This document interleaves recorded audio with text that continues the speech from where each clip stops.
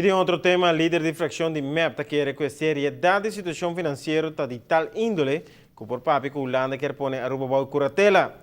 Parlamentário Evelyn Wever Cruz está ilustrar seu argumento na ponência aqui, indicando, entre outros, que por lo menos um executivo do governo holandês quer que o presupuesto nacional não está realístico.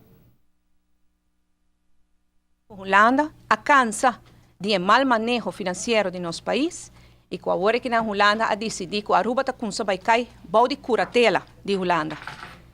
Nossa weita acaba com desde de visita do senhor Van Zwol, a luna passada a Aruba, den qual cultura e líder na infração a reunir com nós, den reunião e o senhor Van Zwol bisa bom claro que não está querendo a visão de Mike Mann e não está querendo a visão de Juan David Ruskin. Com o qual não quer bem com esta coisa, que não vai solucionar a situação financeira de nosso país. O senhor Van Zwol avisa bom claro, que o que quer, por lo menos, está duas condições que ela vem imponer na Aruba. A primeira condição que ela vem imponer, passou a preocupar que a Aruba não tem fim de entregar seu presupuesto para cá.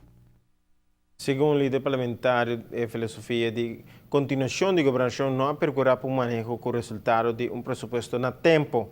7 lunas depois da eleição, ainda não entregar presupuesto 2014, como estreia Estado na setembro passado. E sei, senhor Van Zwol, de nome de Holanda, avisa, basta com o louco, basta com muchachada, a outra bem final na euega aqui não, e o presupuesto mesterta entregar a luna aqui. Sei te promete condição. Como é que man quer, ou quando a vítimas quem quer, não tem opção, não tem que entregar. Depois, o senhor Van Zwol vai mais leu, ante ela avisa, que está já preocupar com a qualidade do presupuesto de nosso país. Para sobra, o presupuesto é raia, que não é realístico. Não está recebendo tanto suma na entrada, sendo que a suma na real não tem nem o qual que tu vai poner no presupuesto.